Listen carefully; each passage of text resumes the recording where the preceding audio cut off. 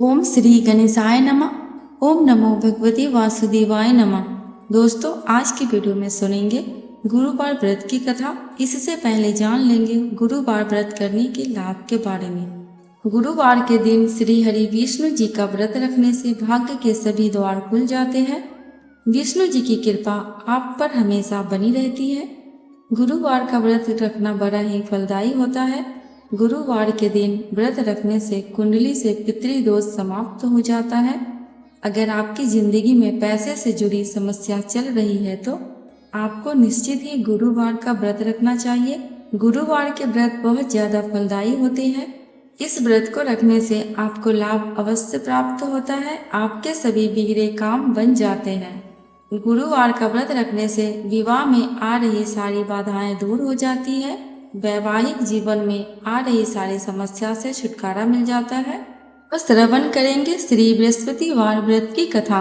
भारतवर्ष में एक प्रतापी और दानी राजा राज्य करता था। वह नित्य गरीबों और ब्राह्मणों की सहायता किया करता था। यह बात उसकी रानी को अच्छी नहीं लगती थी। वह ना ही गरीबों को दान देती और ना ही भगवान का पूजन करती थी, और राजा को भी दान देने से मना किया करती थी। एक दिन राजा शिकार खेलने वन को गए हुए थे तो रानी महल में अकेली थी। उसी समय बृहस्पति देव साधु भेष में राजा के महल में भिक्षा के लिए गए और भिक्षा मांगी तो रानी ने भिक्षा देने से इनकार किया और कहा, हे साधु महाराज, मैं तो दान पुण्य से तंग आ गई हूँ। मेरा पति सारा धन लुटाते रहते हैं। मेरी इच्छा है कि हमारा धन नष्ट हो जाए, फिर ना रहेगा बांस और ना बजेगी बांसुरी। साधु ने कहा, देवी, तुम तो बड़ी विचित्र हो। धन संतान तो सभी चाहते हैं, पुत्र और लक्ष्मी तो पापी के घर भी होने चाहिए। यदि तुम्हारे पास अधिक धन है तो भूखों को भोजन दो, प्यासों के लिए प्याऊ बनवाओ, मुसाफिरों के लिए धर्मशालाएं खुलवाओ। जो निर्धन अपनी कुंवारी कन्याओं का विवाह नहीं कर सकते, उनका विवाह करा दो। ऐसे और कई काम हैं जिनके करने से तुम्हारा यश लोक और परलोक में फैलेगा। परंतु रानी पर उपदेश का कोई प्रभाव नहीं पड़ा। वह बोली, महाराज, आप मुझे कुछ न समझाएं। मैं ऐसा धन नहीं चाहती जो हर जगह बांटती फिरो। साधु ने उत्तर दिया, यदि तुम्हारी ऐसी इच्छा है तो तथास्तु। तुम ऐसा करना कि बृहस्पतिवार को घर लीपकर पीली मिट्टी से अपना सिर धोकर स्नान करना, भट्टी चढ़ाकर कपड़े धोना। ऐसा करने से आपका सारा धन नष्ट हो जाएगा। इतना कहकर वह साधु महाराज वहां से आलोक हो गए। साधु के अनुसार कई बातों को पूरा करते हुए रानी को केवल 3 बृहस्पतिवार ही बीते थे कि उसकी समस्त धन संपत्ति नष्ट हो गई। भोजन के लिए राजा का परिवार तरसने लगा। तब एक दिन राजा ने रानी से बोला कि हे रानी, तुम यहीं रहो, मैं दूसरे देश को जाता हूँ, क्योंकि यहाँ पर सभी लोग मुझे जानते हैं, इसलिए मैं कोई छोटा कार्य नहीं कर सकता। ऐसा कहकर राजा परदेश चला गया। वहाँ वह जंगल से लकड़ी काट कर लाता और शहर में बेचता। इस तरह वह अपना जीवन व्यतीत करने लगा। इधर राजा के परदेश जाते ही रानी और दासी दुखी रहने लगी। एक बार जब रानी और दासी को 7 दिन तक बिना भोजन के रहना पड़ा तो रानी ने अपनी दासी से कहा, हे दासी, पास ही के नगर में मेरी बहन रहती है। वह बड़ी धनवान है, तो उसके पास जा और कुछ ले आ, ताकि थोड़ी बहुत गुजर बसर हो जाए। दासी रानी की बहन के पास गई। उस दिन गुरुवार था और रानी की बहन उस समय बृहस्पतिवार व्रत की कथा सुन रही थी। दासी ने रानी की बहन को अपनी रानी का संदेश दिया, लेकिन रानी की बड़ी बहन ने कोई उत्तर नहीं दिया। जब दासी को रानी की बहन से कोई उत्तर नहीं मिला तो वह बहुत दुखी हुई और उसे क्रोध भी आया। दासी ने वापस आकर रानी को सारी बात बता दी। सुनकर रानी ने अपने भाग्य को कोसा। उधर रानी की बहन ने सोचा कि मेरी बहन की दासी आई थी, परंतु मैं उससे नहीं बोली, इससे वह बहुत दुखी हुई होगी। कथा सुनकर और पूजन समाप्त करके वो अपनी बहन के घर आई और कहने लगी, ये बहन, मैं बृहस्पतिवार का व्रत कर रही थी। तुम्हारी दासी मेरे घर आई थी, परंतु जब तक कथा होती है तब तक ना उठते हैं और ना ही बोलते हैं, इसलिए मैं नहीं बोली। कहो दासी, क्यों गई थी? रानी बोली, बहन, तुमसे क्या छिपाऊं, हमारे घर में खाने तक को अनाज नहीं था। ऐसा कहते कहते रानी की आंखें भर आई। उसने दासी समेत पिछले 7 दिनों से भूखे रहने तक की बात अपनी बहन को विस्तार पूर्वक सुना दी। रानी की बहन बोली, देखो बहन, भगवान बृहस्पति देव सबकी मनोकामना को पूर्ण करते हैं। देखो, शायद तुम्हारे घर में अनाज रखा हो। पहले तो रानी को विश्वास नहीं हुआ, पर बहन के आग्रह करने पर उसने अपनी दासी को अंदर भेजा तो उसे सचमुच अनाज से भरा एक घड़ा मिल गया। यह देखकर दासी को बड़ी हैरानी हुई। दासी रानी से कहने लगी, हे रानी, जब हमको भोजन नहीं मिलता तो हम व्रत ही तो करते हैं, इसलिए क्यों ना इनसे व्रत और कथा की विधि पूछ ली जाए ताकि हम भी व्रत कर सके। तब रानी ने अपनी बहन से बृहस्पतिवार व्रत के बारे में पूछा। उसकी बहन ने बताया, बृहस्पतिवार के व्रत में चने की दाल और मुनक्का से विष्णु भगवान का केले की जड़ में पूजन करें तथा दीपक जलाएं, व्रत कथा सुने और पीला भोजन ही करें। इससे बृहस्पति देव प्रसन्न होते हैं। व्रत और पूजन विधि बताकर रानी की बहन अपने घर को लौट गई। 7 दिन के बाद जब गुरुवार आया तो रानी और दासी ने व्रत रखा। घूर साल में जाकर चना और गुड़ लेकर आई, फिर उससे केले की जड़ तथा विष्णु भगवान का पूजन किया। अब पीला भोजन कहाँ से आए, इस बात को लेकर दोनों बहुत दुखी थे। उन्होंने व्रत रखा था, इसलिए बृहस्पति देव उनसे प्रसन्न थे, इसलिए वे एक साधारण व्यक्ति का रूप धारण कर 2 थालों में सुंदर पीला भोजन दासी को दे गए। भोजन पाकर दासी प्रसन्न हुई और फिर रानी के साथ मिलकर भोजन ग्रहण किया। उसके बाद वे सभी गुरुवार को व्रत और पूजन करने लगी। बृहस्पति भगवान की कृपा से उनके पास फिर से धन संपत्ति आ गई, परंतु रानी फिर से पहले की तरह आलस्य करने लगी। तब दासी बोली, देखो रानी, तुम पहले भी इस प्रकार आलस्य करती थी। तुम्हें धन रखने में कष्ट होता था, इस कारण सभी धन नष्ट हो गया, और अब जब भगवान बृहस्पति देव की कृपा से धन मिला है तो तुम्हें फिर से आलस्य होता है। रानी को समझाते हुए दासी कहती है कि बड़ी मुसीबतों के बाद हमने यह धन पाया है, इसलिए हमें दान पुण्य करना चाहिए, भूखे मनुष्यों को भोजन कराना चाहिए और धन को शुभ कार्यों में खर्च करना चाहिए, जिससे तुम्हारे कुल का यश बढ़ेगा, स्वर्ग की प्राप्ति होगी और पितृ प्रसन्न होंगे। दासी की बात मानकर रानी अपना धन शुभ कार्यों में खर्च करने लगी, जिससे पूरे नगर में उसका यश फैलने लगा। एक दिन राजा दुखी होकर जंगल में एक पेड़ के नीचे आसन जमा कर बैठ गया। वह अपनी दशा को याद करके व्याकुल होने लगा। बृहस्पतिवार का दिन था। एकाएक उसने देखा कि निर्जन वन में एक साधु प्रकट हुए। वह साधु भेष में स्वयं बृहस्पति देवता थे। लकहारे के सामने आकर बोले, हे लकहारे, इस सुनसान जंगल में तू चिंता मग्न क्यों बैठा है? लकहारे ने दोनों हाथ जोड़कर प्रणाम किया और उत्तर दिया, महात्मा जी, आप सब कुछ जानते हैं, मैं क्या कहूँ। यह कहकर रोने लगा और साधु को अपनी आत्मकथा सुनाई। महात्मा जी ने कहा, तुम्हारी स्त्री ने बृहस्पतिवार के दिन बृहस्पति भगवान का नीरा आदर किया है, जिसके कारण रुष्ट होकर उन्होंने तुम्हारी यह दशा कर दी। अब तुम चिंता को दूर करके मेरे कहने पर चलो तो तुम्हारे सब कष्ट दूर हो जाएंगे और भगवान पहले से भी अधिक संपत्ति देंगे। तुम बृहस्पतिवार के दिन कथा किया करो, 2 पैसे के चने मुनक्का लाकर उसका प्रसाद बनाओ और शुद्ध जल से लोटे में शक्कर मिलाकर अमृत तैयार करो। कथा के पश्चात अपने सारे परिवार और सुनने वाले प्रेमियों में अमृत व प्रसाद बांटकर आप भी ग्रहण करो। ऐसा करने से भगवान तुम्हारी सब मनोकामनाएं पूर्ण करेंगे। साधु के ऐसे वचन सुनकर लकहारा बोला, हे प्रभु, मुझे लकड़ी बेचकर इतना पैसा नहीं मिलता जिससे भोजन के उपरांत कुछ बचा सकूं। मैंने रात्रि में अपनी स्त्री को व्याकुल देखा है। मेरे पास कुछ भी नहीं जिससे मैं उसकी खबर मंगा सकूं। साधु ने कहा, हे लकहारे, तुम किसी बात की चिंता मत करो। बृहस्पतिवार के दिन तुम रोजाना की तरह लकड़ियां लेकर शहर को जाओ।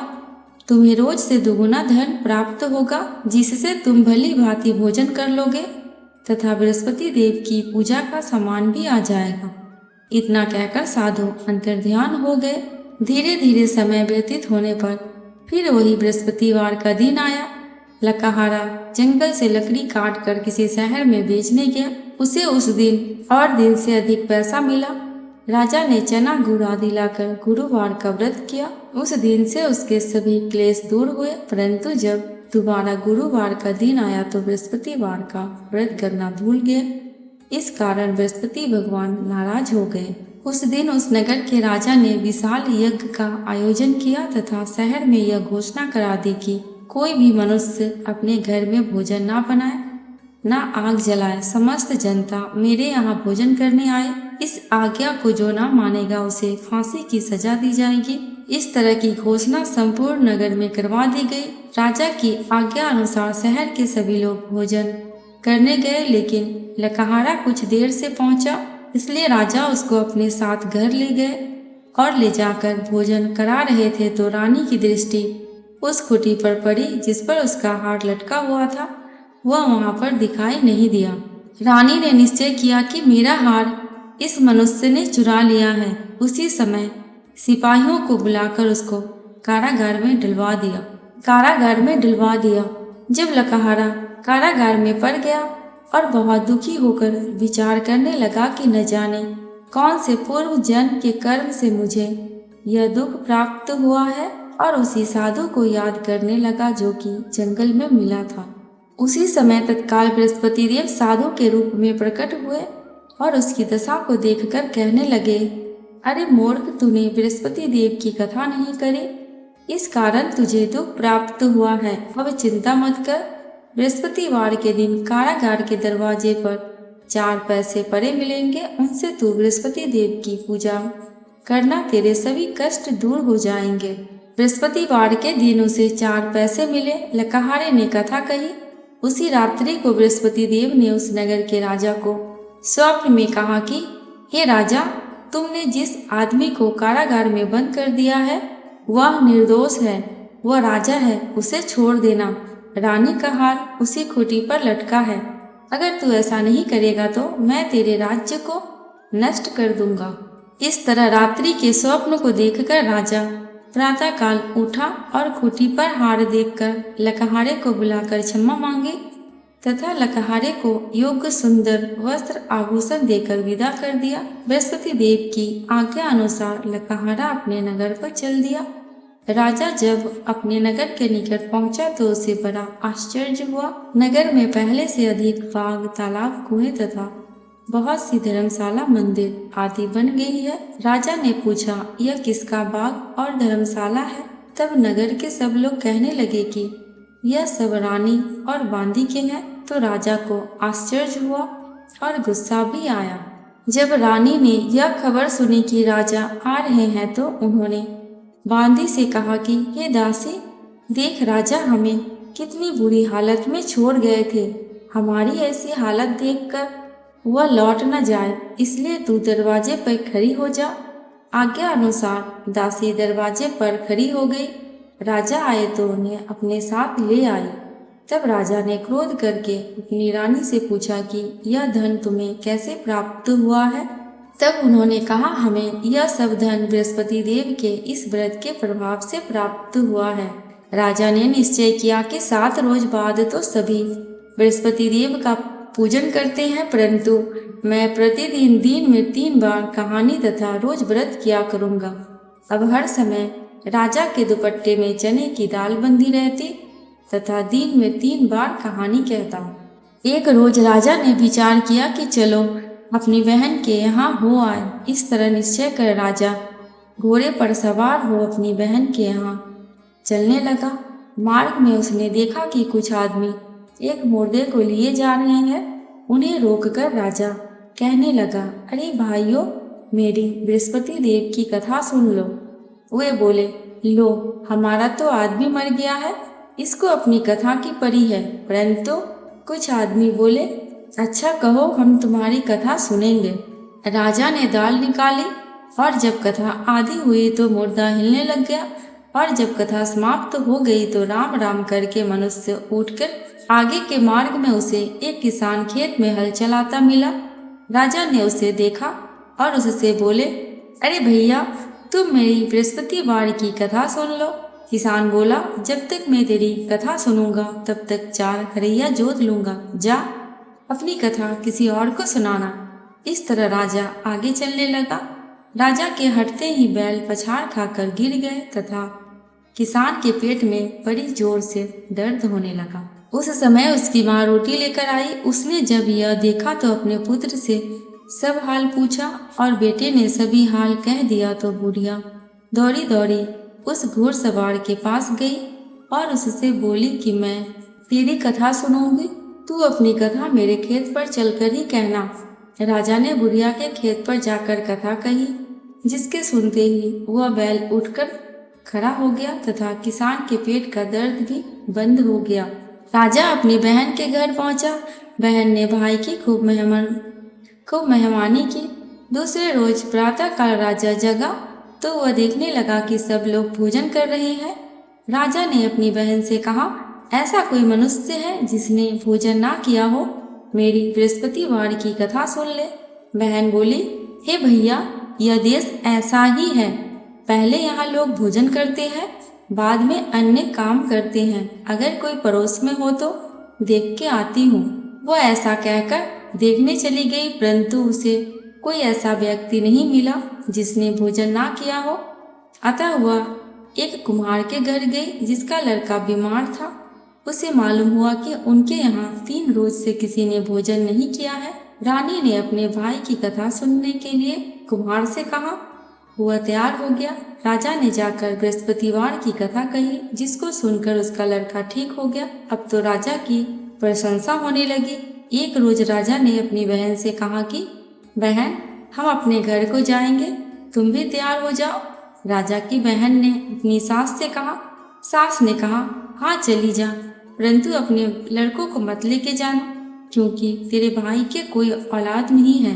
बहन ने अपने भैया से कहा, भैया, मैं तो चलूंगी, पर कोई बालक नहीं जाएगा। राजा बोला, जब कोई बालक ही नहीं जाएगा तब तुम भी क्या करोगी जाकर?